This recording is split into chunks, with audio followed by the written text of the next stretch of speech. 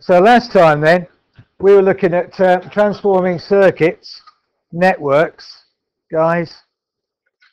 Looking at transforming circuit networks into their Laplace transforms.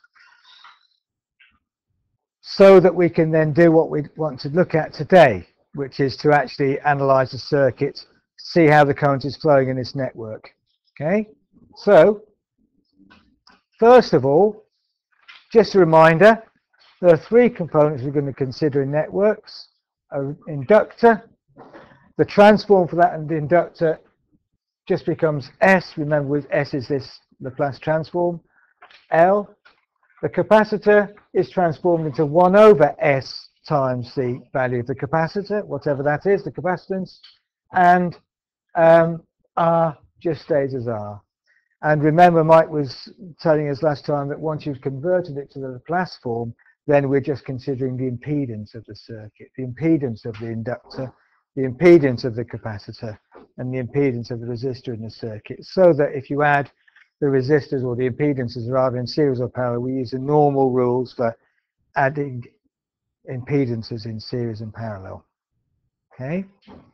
And that's the sort of thing we were doing last week. The first stage with a circuit like this is to transform the network, this combination of resistors and capacitors, into their Laplace transforms using the ideas of resistors, impedances in series and parallel, and we looked at some examples. So if I have a resistor and a capacitor in series, 10 and 1 over 10s, they're the Laplace transforms. A resistor and inductor in series, 10 plus 5s. But in parallel, product over sum, because we just consider the impedance of it. So it's normal rules for parallel components. And then we look at this one, and we thought about how we might play around with this algebraically to get it look more useful, So then it becomes something we can use later on.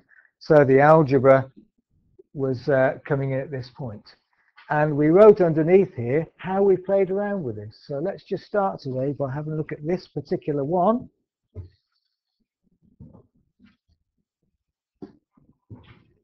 Here. And remind ourselves what we're doing last week to try and tidy this up. What sort of things were we doing? Suggestions. Times by 20. Times top and bottom by 20, Phil? Yeah. If I'm going to times by 20, this fraction, I can algebraically do what I like to this fraction, so long as I do the same to the top and the bottom. So if I were to times the top and bottom by 20, why was that a good suggestion? Somebody else. Why times the top and bottom by 20? What does it mean we can do?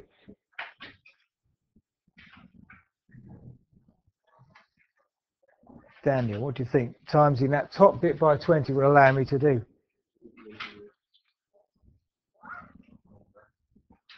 Right, we get rid of the 20 underneath, don't we?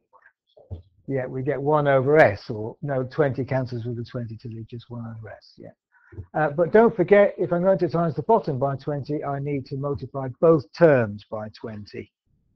So, what do you think the top will look like, and what do you think the bottom will look like? Just jot it down.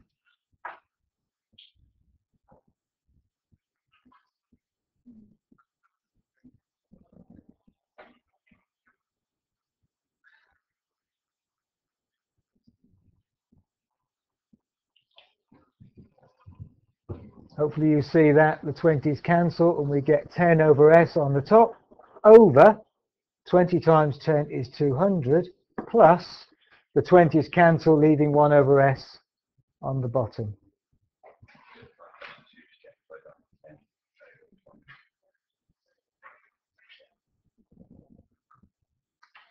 What might we do next?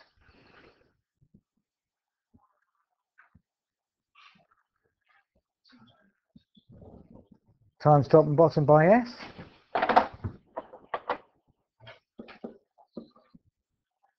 Why might that be a good suggestion?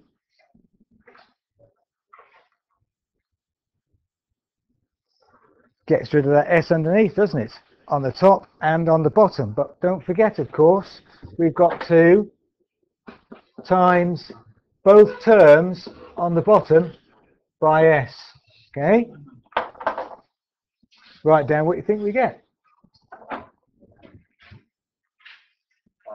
Yep.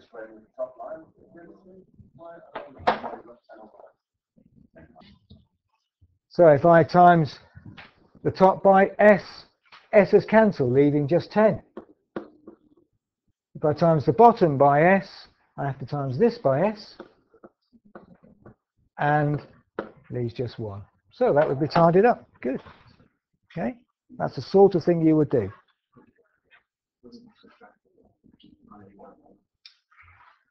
What next, you mean, Daniel? Subtract? You think that's tidying up further, or? Well, not really, because I'd have to. Yeah. Okay, so that's the sort of thing we were doing last week, and you'll get a chance today to do more of this practicing.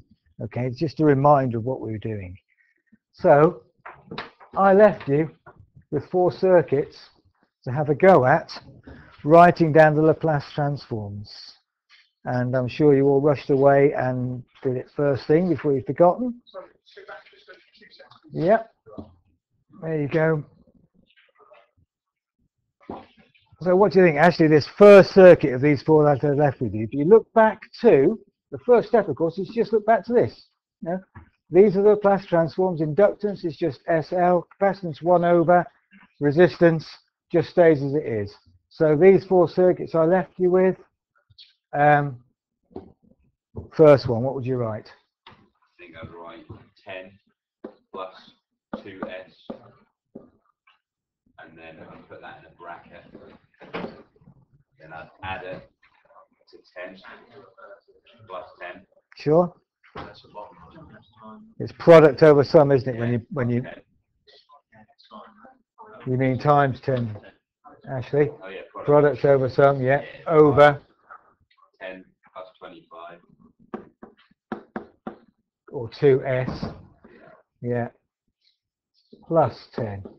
Product over sum, yeah. Product over sum.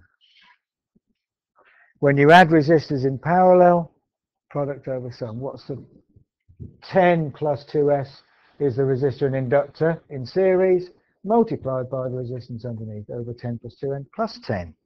Now it's just a case of tidying up. So I'm just going to leave you for a minute to tidy that. Expanding out. On the top, 100 plus 20s would be what I would do. And on the bottom, where we've got 10 plus 10 is 20 plus 2s. Now, what I'd like you to do is to have to hand as well page 5 in the handout you got on the Laplace transform. So if you can find that. So looking at these Laplace transforms on page 5, we want to get our one to look like one of these. And we can divide up the fraction to do that. We can rewrite this as 100 over 20 plus 2s plus 20s over 20 plus 2s. We can split the fraction like that. If I've got 2 numbers in the numerator, I can write it as each of those numbers individually divided by the denominator effectively. And if you just want to remind yourself of the principle you're using here, if you think of, for example, 2 plus 3 over 5 is the same as 2 over 5 plus 3 over 5. That's the sort of principle we're using here. We can split the fraction.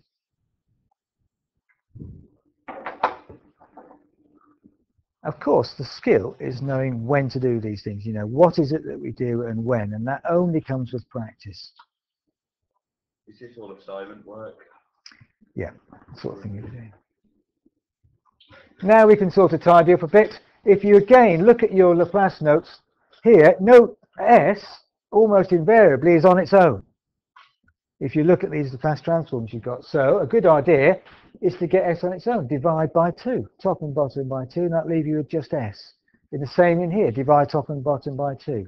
So if we do that, we get, dividing top and bottom by 2, remembering on the bottom you have to divide both terms by 2, we get 50 over 10 plus S plus 10S over 10 plus S.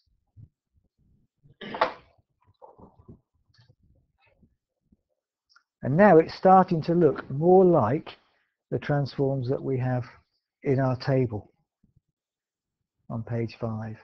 Okay? More on that later, but that's the sort of thing to do. So, if you did have a go at the one last week, then you'll have got part way, but see if you can tidy up. So if we look at the second one I left you with now, this one, write out what that is and then try tidying it up. So George, got a contribution you'd like to share with us for this? So you're scribbling away. No? David? Okay. Somebody, anybody, Daniel? No, think it's ordinary resistors. So, but I have to combine these in parallel. So what would I do? Product over sum. So what would I get? 4 plus 10 times 3s divided by 10 plus 4. And then plus the 4. Correct. Okay. So you've got 4 plus product over sum for the other two, like you would with resistors or impedances in parallel.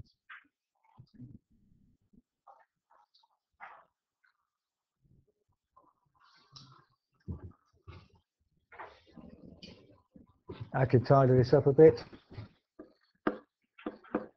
Because 10 times 3 is 30. Over 10 plus 3s.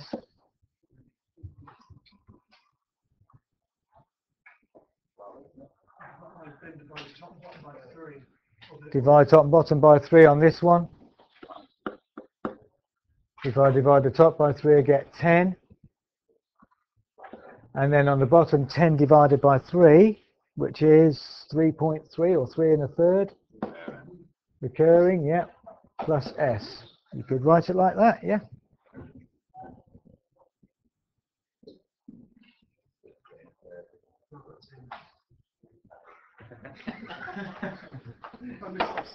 Okay, so that sort of thing is the algebra that's involved with it. And what I will do, I've made a note to myself, is to put on the site the solution to these two. So I will complete this and put these solutions on for you to check, but I'd like you to have a go at them. So make a note, please. Try these last two that I've left with last week, if you haven't done already. If you have had a go at them, try and tidy them up a bit in the light of what we've just been talking about. But I want to move on now, okay? Unless there are any quick questions on that. Today, carrying on with that. So we've not left this behind, of course. This is all building it up. Today, what I want to do is to look at analysing the flow of the current in a network, which is what we want to. We're going to end up with a plot of the current as it flows around one of these networks. Using Laplace transforms, which we've been doing for the network. So what we've just been doing, write the network in its Laplace transform. And then Ohm's law, which we all remember, current is voltage divided by resistance. I guess you would probably rather I wrote this, E over R, or in fact E over Z to represent the impedance. But, you know, it's Ohm's law, voltage over resistance law. Okay? Whatever symbol you decide to use for them.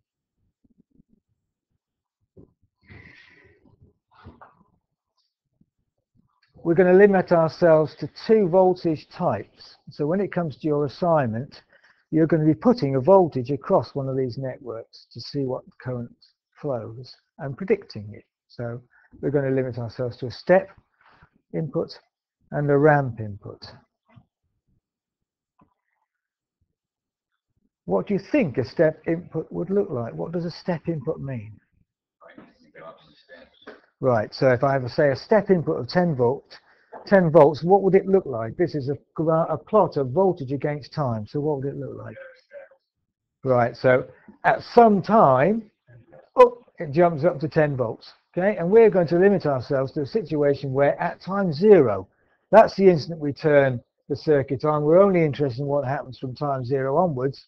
So at the instant we switch on, 10 volts. So that would represent a voltage of 10 volts. It could be any voltage E. So the Laplace transform, if you look at the table on page 5, is E over S for step voltage. So for this particular example, it would be 10 over S if it was a voltage of 10 volts. Okay. A ramp voltage. Ramp voltage. Right.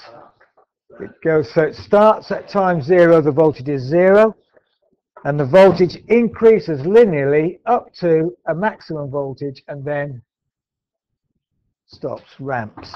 A ramp voltage. Okay? So this would be up to a maximum voltage, so we would maybe consider it ramping up to this point here, T1, and then constant voltage after that. So when we come to model this, we're going to have to think about not only what is this maximum voltage it goes up to, but over what time period is this happening. So we need to talk about a ramp voltage per second. Ramping at the rate of, say, 5 volts per second means it's increasing at the rate of 5 volts every second. Okay, so ramp voltage. And if you look at your table of Laplace transforms, you'll note that that's E over S squared, where E represents, in this case, the maximum voltage we're going up to. So we're going to use those two voltages and put them across the networks that we've been talking about over here. These. Look at a network like that, put this voltage across it, work out what the Laplace transform is for the network, and then apply Ohm's law, I equals V over R, where R is the impedance of our network that we've just worked out, and the voltage will be one of these two, either E over S if it's a step voltage, or E over S squared if it's a ramp voltage. Not surprisingly, the ramp voltage is going to be a bit more complicated because we've got S squared in there. Oh, that might mean we've got to start thinking about the perfect square and those sorts of things, okay? But we'll see. We'll find the method of partial fractions useful here, which is something we did last year in our maths. So I want to start off by reminding you of that, and then we'll look at an example of where we might use it.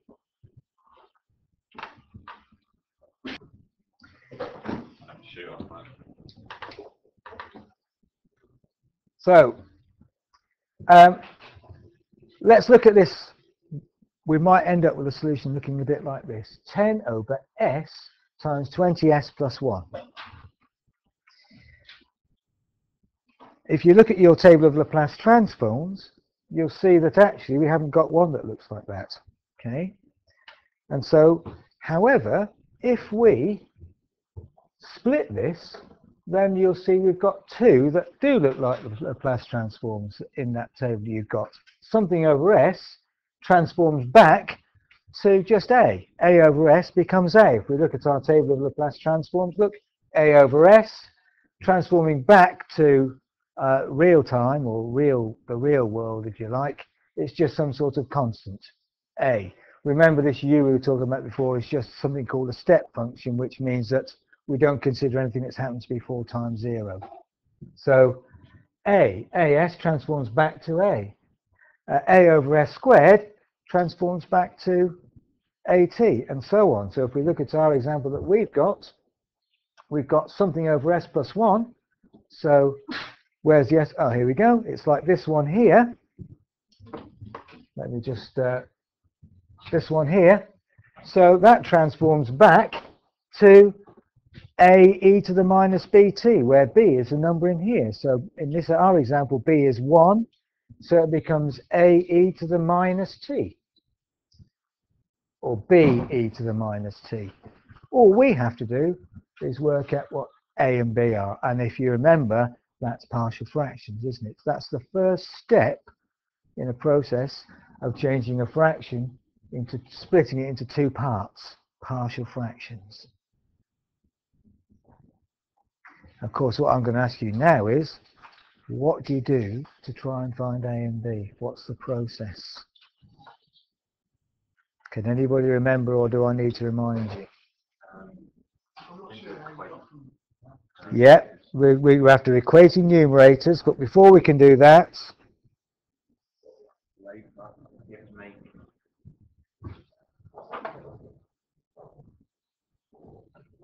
we must make, yep, that's right, Liam, it's coming back to you. Cross multiply. We want this denominator to be s times s plus 1, so that the denominator is the same as this one over here.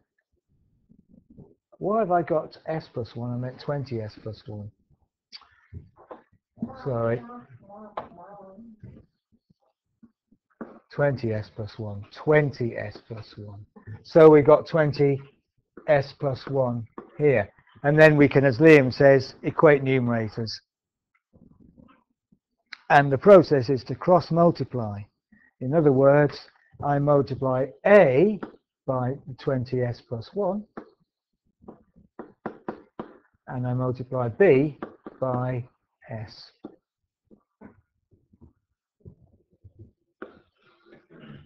So we can write that 10 over s into 20s plus 1 equals a times 20s plus 1 plus bs, all over s 20s plus 1. Write that down. And the logic of this cross-multiplying idea is worth mentioning. If we look at this fraction and this fraction, what I want is to make the denominator of this first fraction, let me just use this handy little magic pen, this first fraction, to have the denominator s times 20s plus 1. I also want this second fraction to have the denominator s times 20s plus 1. So what I do is I say to myself,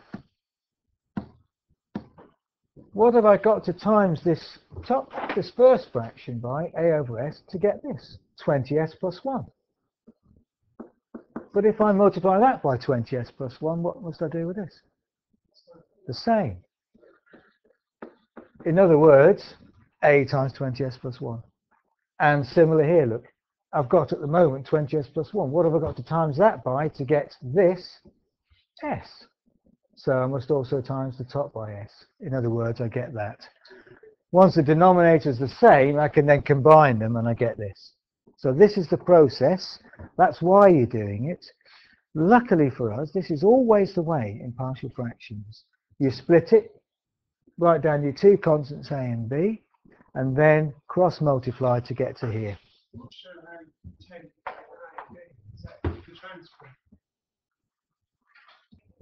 So now, as Liam suggests, we equate numerators.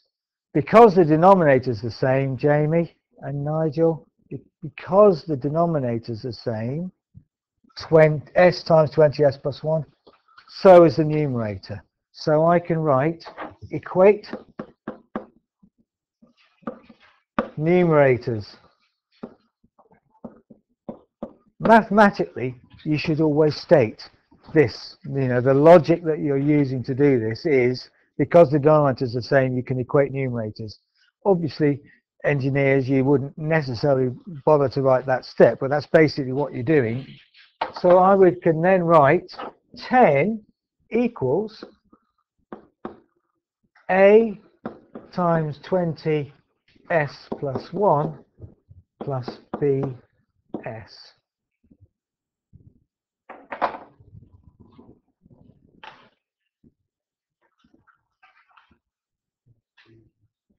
And in fact, really more than that, we can write this is equivalent to, okay?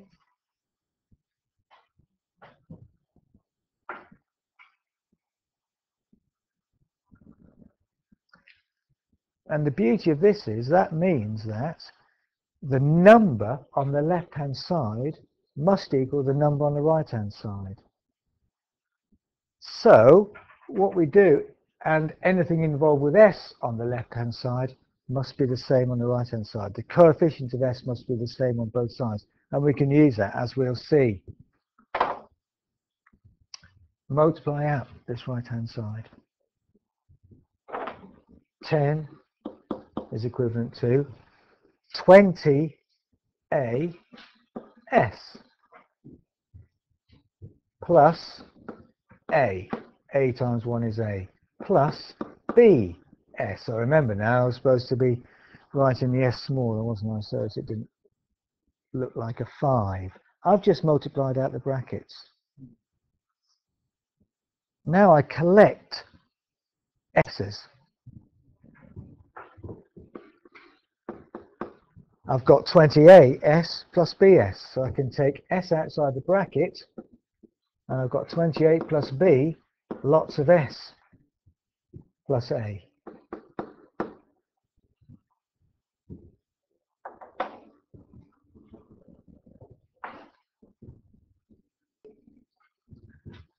And in fact, means we can find a and b quite quickly.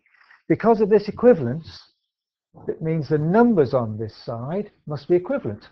There's only one number on this side, and it's a. So a is 10.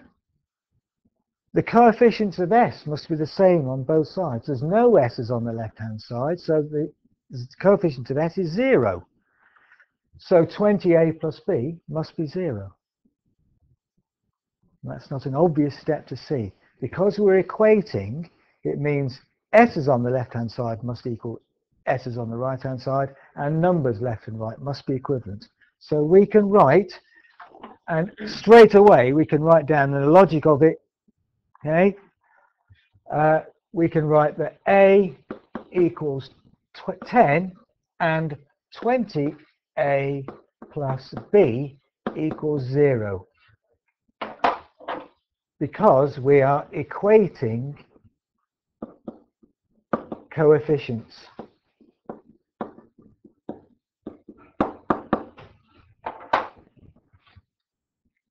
It might be worth writing here on the left-hand side, just to help you with the logic of it, we've got 0, lots of s, plus 10. No s's, plus 10.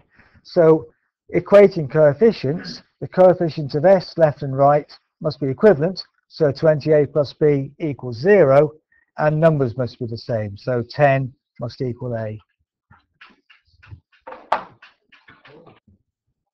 So all we have to do now is substitute into the second formula what a is, which is 10, and we can find b. So substituting for a,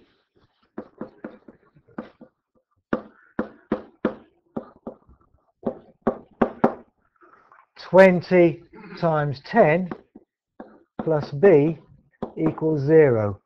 So 200 plus b equals 0. So b equals minus 200. So we've got that a equals 10 and b equals minus 200.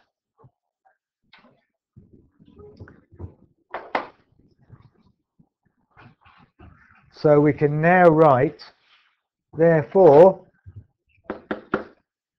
going back to the start, 10 over s into 20s plus 1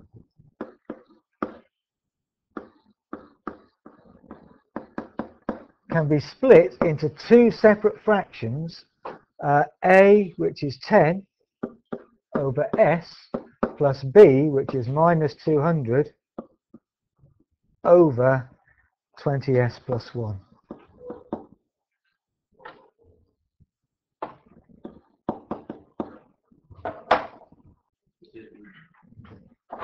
So yeah, now we can write, as suggested, this of course equals 10 over s minus 200 over 20s plus 1.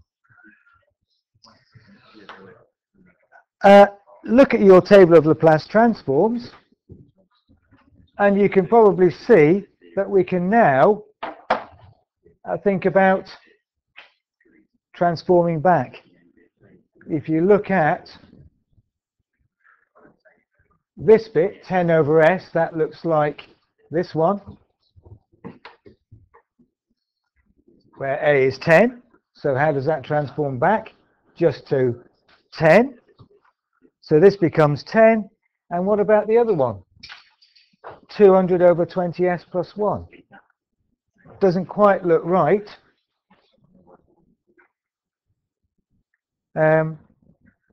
So we've transformed this back, and this is, of course, the whole point of this thing is to transform back. So transforming back, we'd get 10 for this one. So this is transforming back.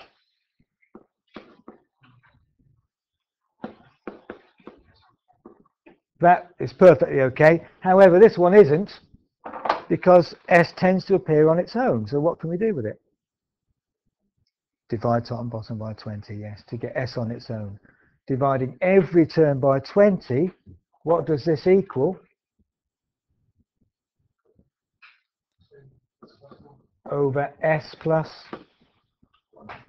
1/20th, okay, which is 0.05, is that right? Yeah. So now I can transform it back because it looks like one of the ones in there, okay? We have to get s on its own, so divide top and bottom by 20 to get s, which means every term, top and bottom, has to be divided by 20, which gives us our 0.05 here. Don't forget to do that, okay?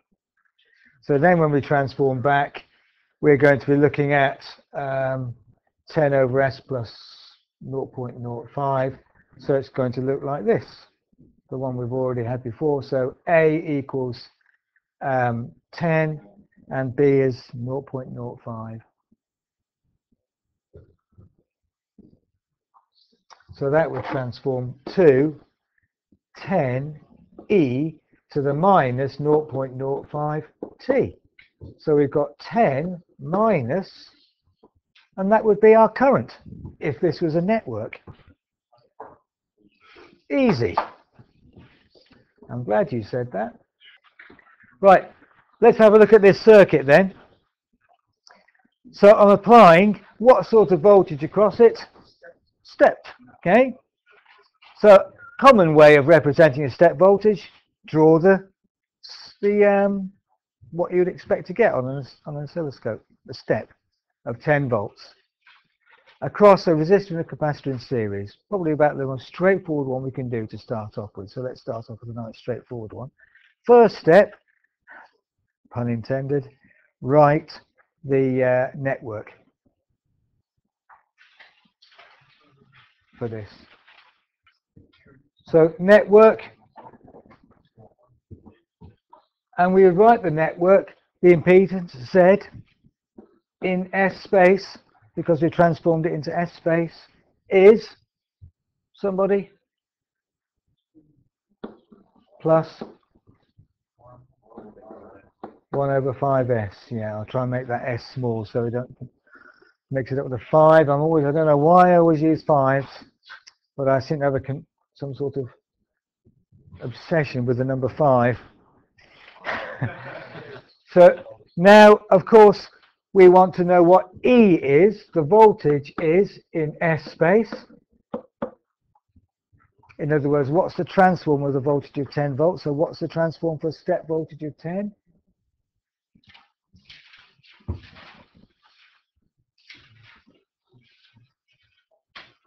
On page 5, 10 over S. Okay? And now what we do is we use Ohm's law. I in S space is going to equal to voltage over resistance, E over Z, in S space, because we're working in the Laplace state or the Laplace form. So the S is important because we know that we're not talking about the real current in time, talking about the transform of it. And then we write down what that is.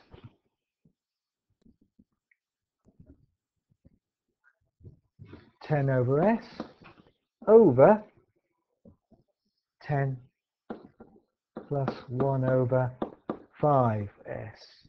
And then the fun starts. Suggestions. Suggestions for this, please. First step, somebody, what did you do? Times top and bottom by s. Good idea, because it means cancels the s at the top, leaving just 10 over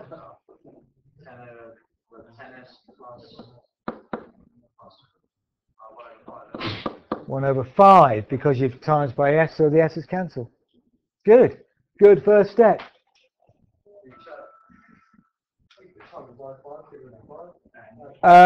We're more interested in getting rid of this 10, because if you look at all the Laplace transforms, s is on its own, look. So the most important, get rid of that. So how do we do that? Divide by 10, top and bottom by 10. 10 divided by 10 is 1 over s plus a fifth is 0.2, so 0.2 divided by 10, 0.02. Okay? Yep, you can do, but of course then you'd have to do, and then you'd end up with the same answer. Okay? So you would have got, you might have gone a slightly different route, but that doesn't matter. However, we should all end up with this final result. Right, so that's the Laplace transform of the current. So we could say that IS, Nigel, the current, but in S space, is this. So the final step is to go to our table of Laplace transforms and look for this, which again is this one here that we've looked at before. So I'll just have to re-emphasize it in my notes, this one, okay, which goes to that, doesn't it? And so A is the top number, and B becomes minus in that exponential, so that we get, in fact, IT. Now we're back into normal time. IT equals 1, so that's just e to the minus 0.02t, because the constant in front of it is just 1. And now if we plot that, we'll get an idea of how this circuit would behave. So go to autograph, put the function in, and let's see what it looks like. So putting that into autograph, we get this. And if we think back to the original circuit, which is here, if I were to suddenly put a voltage of 10 volt across a resistor and capacitor in series, we get a large current flowing initially, but as the capacitor charges up, we'd expect that current to decay, and that's exactly what's going on here. We start off with a voltage of 1 volt, sorry, a current of 1 amp, because this is current, and as the current dies away, and we can say from here, after 100 seconds the current will be this, after 200 seconds the current will be this, we can actually get some values. How long will it take for the current to fall to 0.5 amps? That long. And so, in other words, we can predict how this circuit is going to behave using these Laplace transforms. Okay. So you get a lot harder than this, isn't it? Harder, more complex networks, but not necessarily a lot harder. It's just the algebra gets a little bit more to it, but the steps are similar. We've looked at all the steps now, so it's just putting those steps together in a given circuit. Of course, it'll get more complicated, but hopefully not particularly harder. All right. Right. 5 minutes. So just to draw this to a conclusion, let's look back at what we were doing, okay, today, what today's aim was, which was down here somewhere.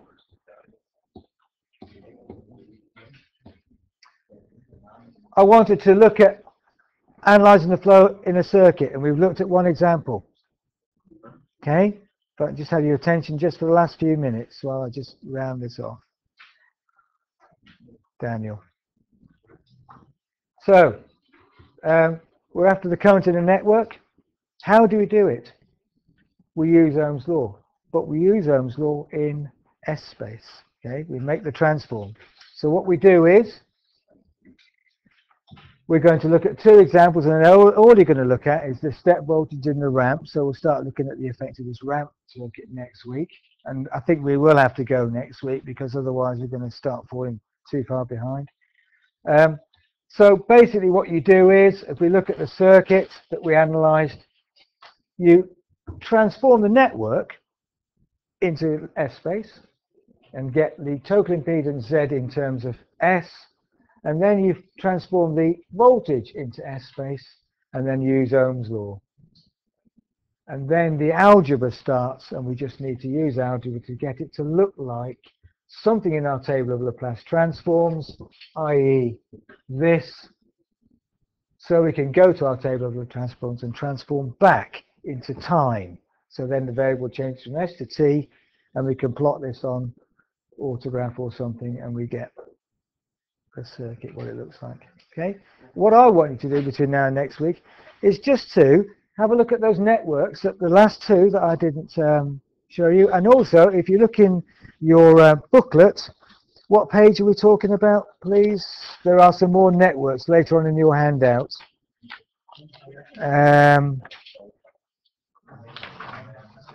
First person to find it, let the rest know. Page 11, is it? Yeah.